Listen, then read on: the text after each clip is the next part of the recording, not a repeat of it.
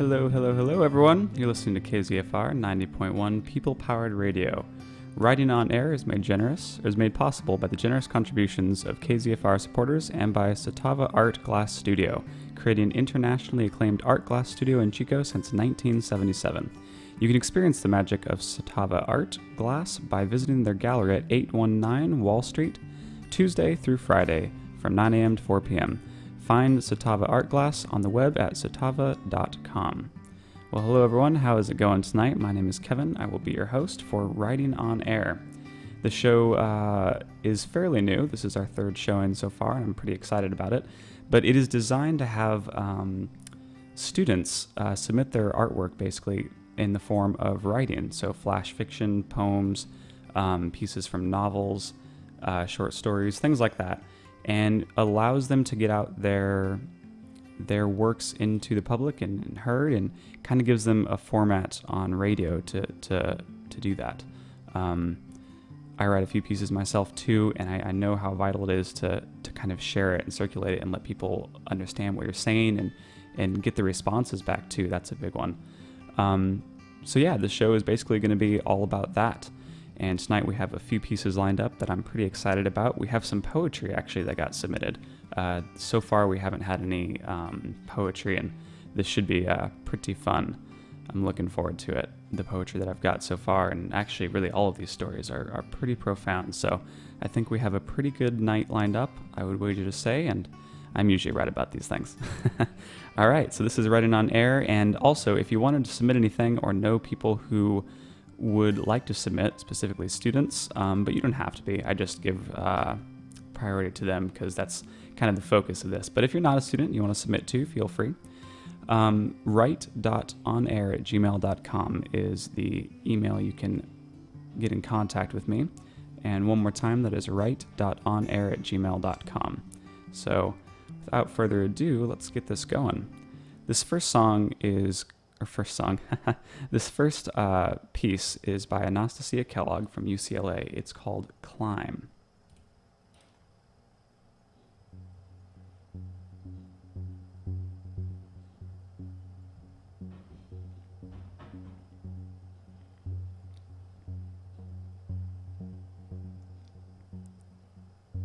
A pine tree starts talking to you. It says, "You'll never amount to anything." You stick the tip of your water bottle between your teeth, but you don't drink. You narrow your eyes at the pine. It sways innocently in the dry breeze. "Never," it repeats in a helpful tone of voice. "How about this?" you say to it. "How about I try?" "I don't deal in hypotheticals," says the pine tree. It's short and stunted, though still quite a bit taller than you. Its trunk is a C shape, and its roots cling to the nearly 90-degree slope above your hiking trail. You'll never amount to anything. You shoulder your backpack and march past. A pebble skitters away beneath your feet. It sighs, "You'll never amount to anything." You steady one hand against the mountainside and study the rock fall that sweeps across it. More pebbles dislodge with every slight movement of your foot and go showering away into the abyss. The sound of the breeze drowns you out. "What if," you say to the rock fall, "I just climb across you? What if I do that?" "You could try," sigh some more pebbles as they skitter down the slope. Yes, somehow it could work," echo even more as they follow. "How?" you ask. "Somehow."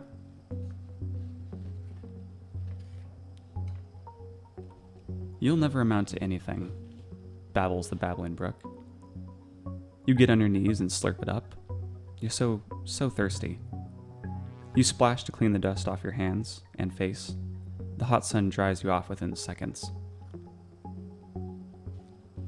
A squirrel stares straight at you with its beady black eyes. It proclaims, "You'll never amount to anything." Here's the first thing in a long time that's spoken to you from a mouth. You survey it with mild interest. You've forgotten how mouths look when they're being used. The squirrel turns an acorn over ponderously in its delicate paws. He taps it with a heavy thunk thunk thunk on the oak tree branch. "I'm hungry," you tell him. The squirrel drops the acorn. It falls for hours and explodes in a cloud of black in a cloud of black forest floor litter. Aren't we all, says the squirrel. His paws pick at the thick flakes of tree bark, but they're moving by themselves while he looks up at you. The air sure is thin up here. You'll never amount to anything, says the boulder. You splay your arms across it. You're hugging it, you're wrestling. Your fingers grope across its surface for a place to hold. Its solid shadow carves away a chunk of blue sky above your head. You'll never amount to anything, says the boulder. Your knees dig into it. Your feet are inches above the ground, then a foot. Your hands are sucking starfish and you're breathing blue, sweating salt. You'll never amount to anything, says the boulder. The pain in your side is a pine needle. Is a knife. The gravity of a rockfall pulls you down. You'll never amount, says the boulder, and then you flop on top of it. You're at the top of the mountain now. You can see the trail you followed carve a sandy scar through the brown trees. Hazy in the distance are all the other shorter, boulder-topped mountains you scaled before this one. You breathe deep. Deeper. You're so very full. The sun beats down on your head and an airplane trails a single fingernail scratch across the sky. You'll never amount to anything, says the wind.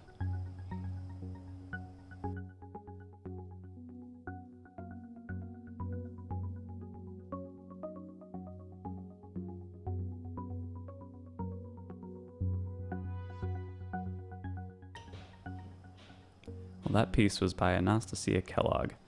Again, that was called The Climb. So thank you so much for submitting that, Anastasia. That was quite beautiful. That one really touches me every time. And just to give some background and context that I forgot to give at the start of this story, this was inspired by Magic Realism Bot Twitter account. And the tweet read, "A pine tree starts talking to you.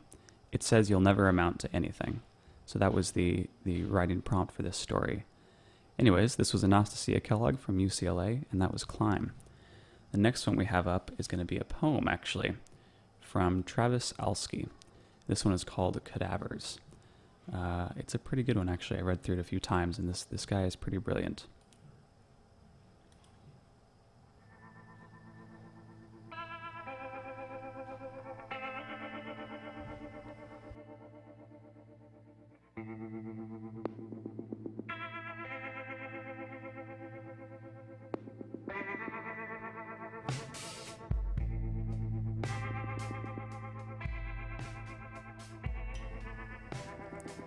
Isolated systems in disequilibrium. A rampant entropy awaiting, yet a great complexity does maintain our existence on an elevated plane.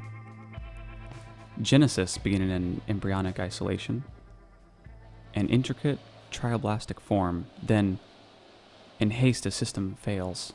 We seek to know what death entails. The rhythmic cycle in our existing, our aspirations, more certainty in living.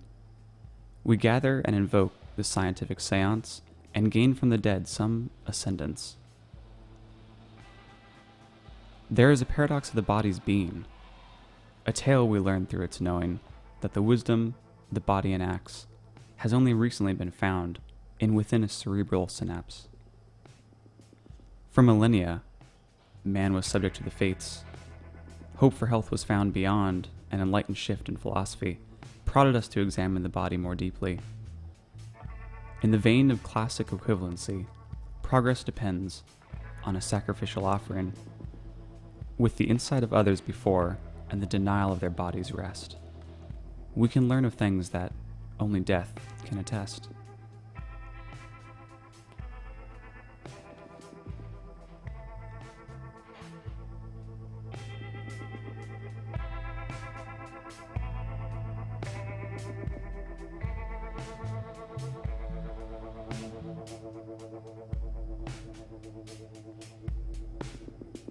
That was Travis Alski with a poem called Cadavers.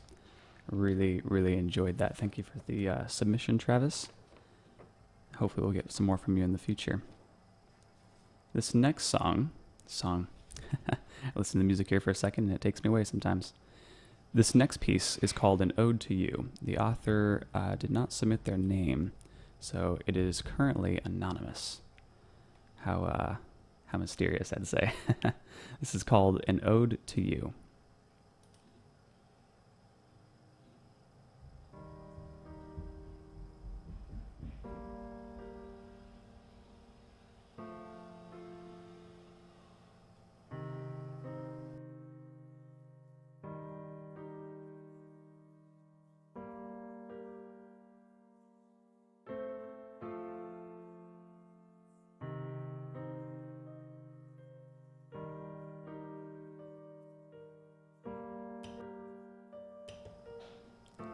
When you speak to me, you're seeking something within me. I feel you probing at my being, probing at my heart, my mind. You have a dream of who I am. Do you wish for me to strip? Must I bear everything to you? Should I remove the walls you see? Should I take everything down and be that person, the one you remember clearly? I actively had to slither from my old skins, leaving them to rot behind me. You loved the old scales more than the new, though. Every time you confronted me, every time you spoke to me, it was some ghost you were seeking.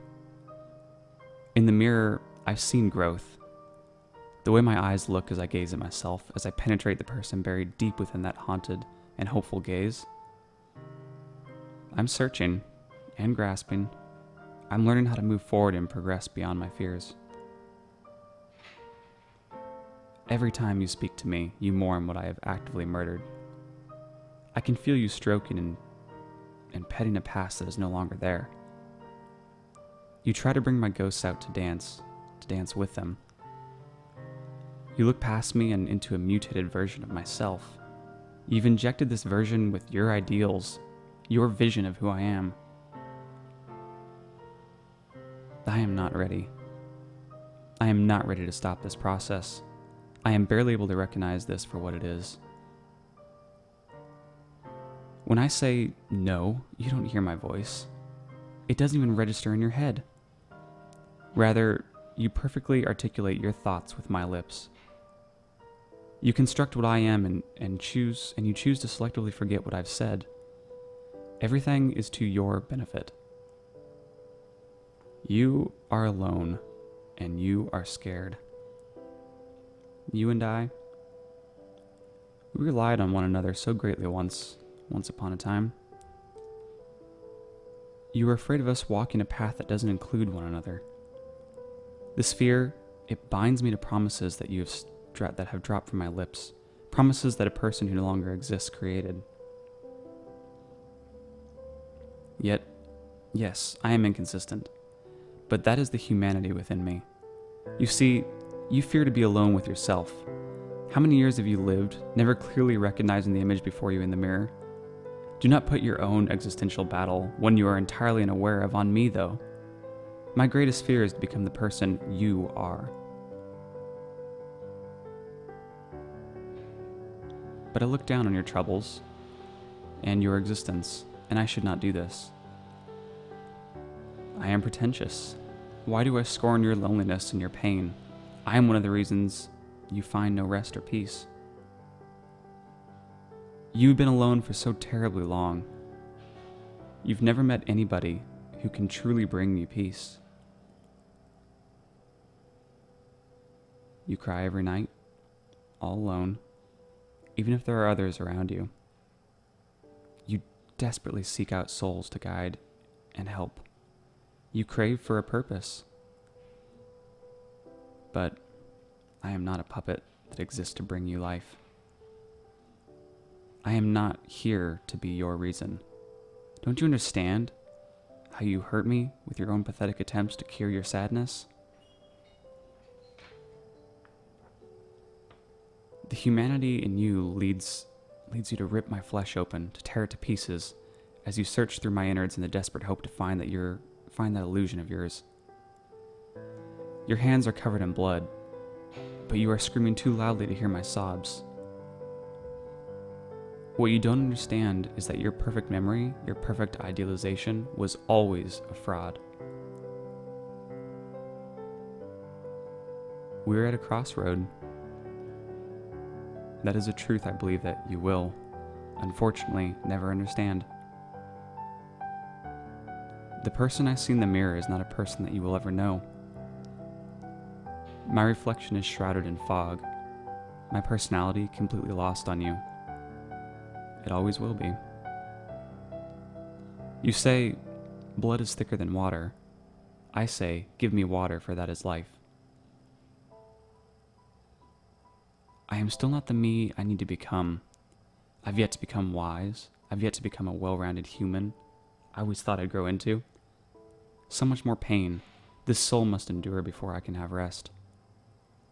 But I know that I like the direction my feet are walking. I like the freedom, the way the sand feels in my toes, and as I dance without shoes on. I am lonely most days, yes, but this loneliness teaches me how to love the parts of me that are so incredibly untouchable to the outsiders. I love my walls. I love my flaws. I love what you don't see, and more importantly, I know how to love what you hate in me. I am me, and this is an ode to you, Mother. I'll never be you.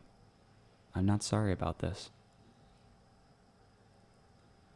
Well, that piece was by an anonymous person, and I cannot thank them enough for submitting this because that was absolutely beautiful. And I'm honored to be able to read that. So thank you so much for the submission.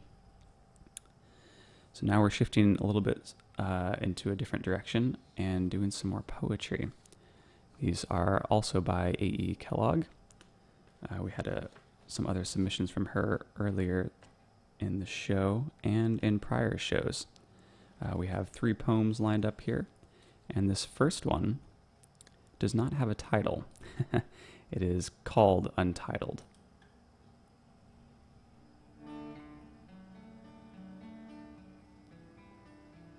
Here we go, counting. The lines between the words and how the syllables fit together. Maybe if I can figure out this puzzle, I'll know what to do about you. There had to be some reason as well as rhyme to all those love sonnets I never liked. Measuring iambs isn't my thing, but it can be, if it makes me sound smart to you. I'd like to put the words together in a way you'd like. You've got me up at 2 a.m. writing bad poetry. This won't change anything about you, or me, or art. Here I go, trying.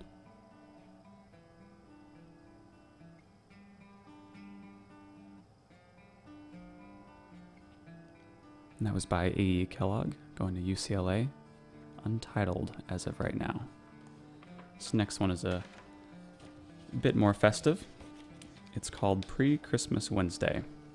And I was told in the email that this was about last year's Christmas. Christmas carol voice harmonizing with the clogging vacuum cleaner, sucking needles and tinsel, old cinnamon sticks and tea, lit up house lights, shiver across rainy street reflections that won't turn to ice till tomorrow.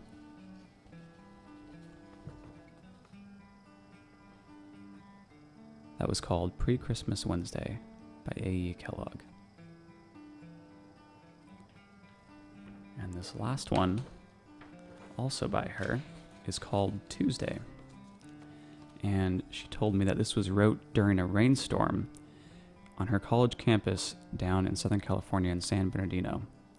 And just to give some context there, San Bernardino hardly ever rains. They never get anything. So keep that in mind when you're listening to this piece.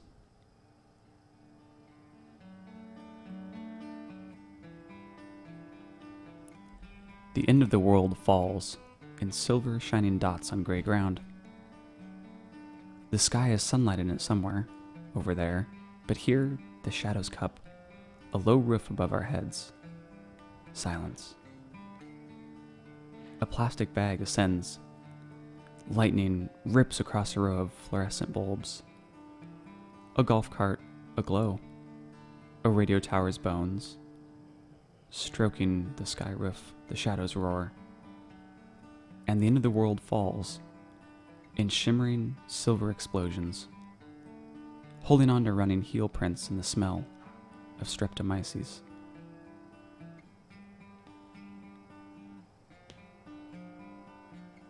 That was Tuesday by AE Kellogg, going down to UCLA. Thank you for those 3 pieces. I do love poetry, probably so much so because I am terrible at it, and it's always nice to see writers doing some pretty amazing stuff with this type of writing. So thank you, AE Kellogg. I appreciate that, and hope to see more from you in the future. And if you're listening, I really appreciate it. Thanks. This last one does not have a title, and was also submitted by Steve Newell from Chico State. There was a prompt to this one that he said in the email, and it was, "Lost in the desert, your character hallucinates about another time." So I'm quite curious to see what this one is about, because I've read through it a few times, but sometimes I don't get to really appreciate it until I'm here listening to it myself. I'm as much of the audience as I am the reader for you guys, I promise. So the prompt was, "Lost in the desert, your character hallucinates about another time."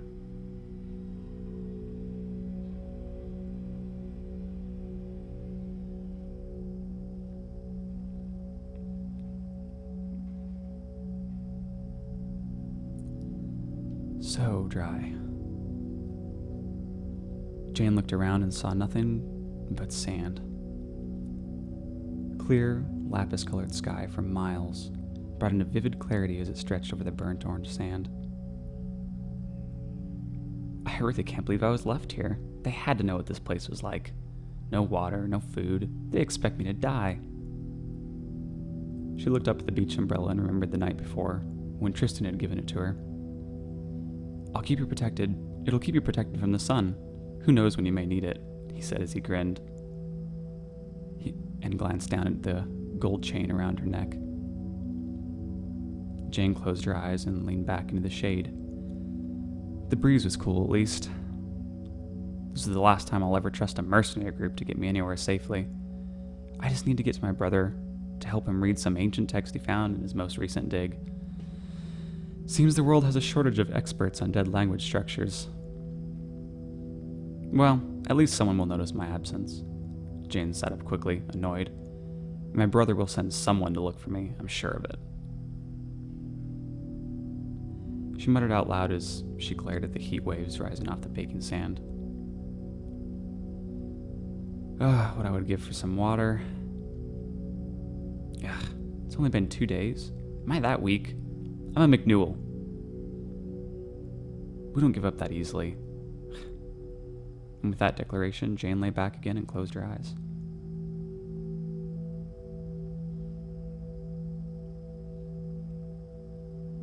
She took a deep breath in and noticed she felt a bit funny.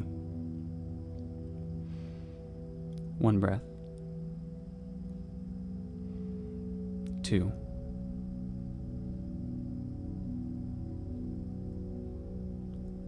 And then something cold and wet touched her foot. Ah! What? Hay? She scrambled back and looked down to where her foot was, and there was more than just blue in the sky. The ground was now as blue as the sky. It had become an ocean. Literally.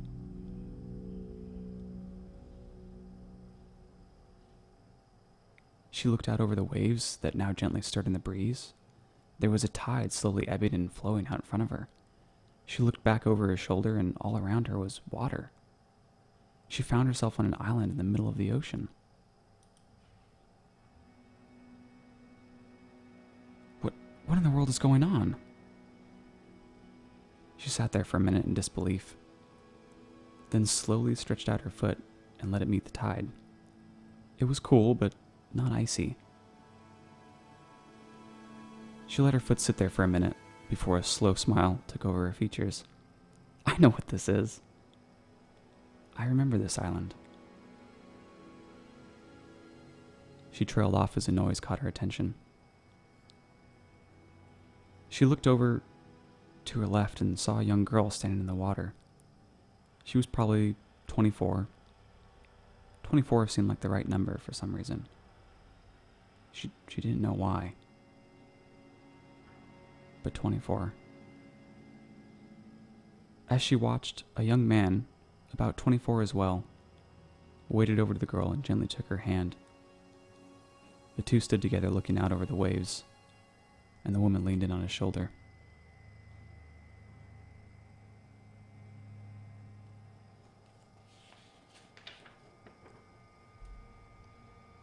Jane sat there watching, and after a time, she began to ache. She briefly realized that she would be crying if she had anything left in her to cry with.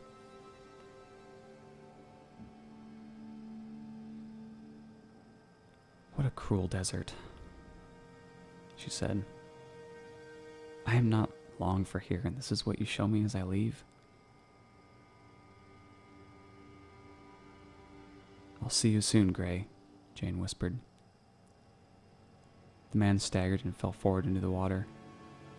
The woman screamed and pulled him to the shore, but Jane was no longer watching. Her eyes were closed and the water was rising around her. The desert breeze stirred the sand gently, and it caught in Jane's hair. And the umbrella continued, quietly, to hold up the sun. Well, this piece was by Steve Newell. I hope I got your name right there. And it was on a prompt, Lost in the Desert, your character hallucinates another time. That was absolutely wonderful. And I thank you so much for submitting that. So to go over and give you guys a recap, our first story was Climb by AE Kellogg from UCLA. Second one was Cadavers by Travis Alsky, and that was a poem. Thank you so much for submitting that. Then an anonymous poem by Ode To You, or called Ode To You. And then a couple poems from AE Kellogg as well. And I thank you again for submitting those. It's always nice to get some variation in what we have coming through. And this last one was by Steve Newell from Chico State. And the prompt was Lost in the Desert, your character hallucinates another time.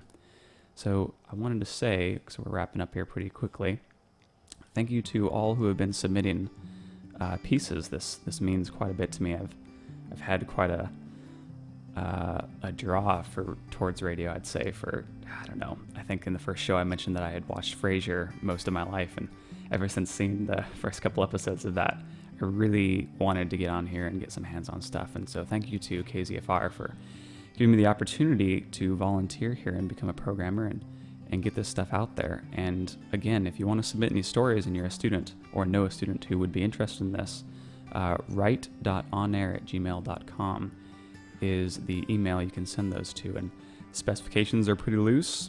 I'm taking pretty much anything right now. In the future, if there becomes a slightly larger base, we'll start doing some theme-based shows, possibly with some music in the background that the people submit themselves.